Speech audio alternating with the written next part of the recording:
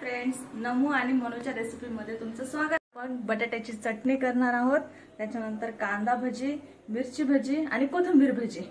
सर्वप्रथम बटाट्याची चटणीसाठी बटाटे उकडून घेतलेले आहेत। अशा प्रकारे त्याला नाही का इथे शिमला मिरची कट करून घेतलेली, बारीक टोमॅटो कट करून घेतलेले, कोथिंबीर आहे, हा कांदा बारीक कट केलेला आहे। हे बटाट्याच्या चटणीसाठी झालं। त्याच्यानंतर इथे कांदा कापलेला आहे, उभा बारीक चिरलेला कांदा आहे, हा आहे कांदा भजीसाठी। रेसिपीला सुरुवात। चला आता मी याच्यामध्ये लसूण आणि जिऱ्याची फोडणी देते आणि हे पाहिजे आमचा मोठा शेफ आलेला आहे मनू बाबा। टोमॅटो पण ऍड केले आहे, त्याचे कांदा परतून घेतला।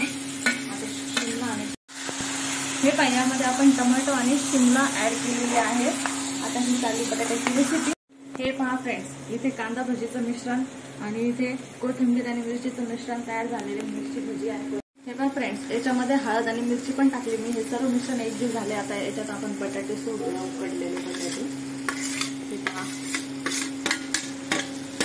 तापवायला टाकत आहोत आणि इथे बटाटे मिक्स करून घेतले। आता 5 मिनिटांसाठी कमी फ्लेम वरती ही बटाट्याची चटणी ठेवणार आहोत। हे पहा आपली बटाट्याची चटणी तयार आहे आणि इकडे कोथिंबीरची भजी पण तयार होते। आता चालली तिची हळूहळू।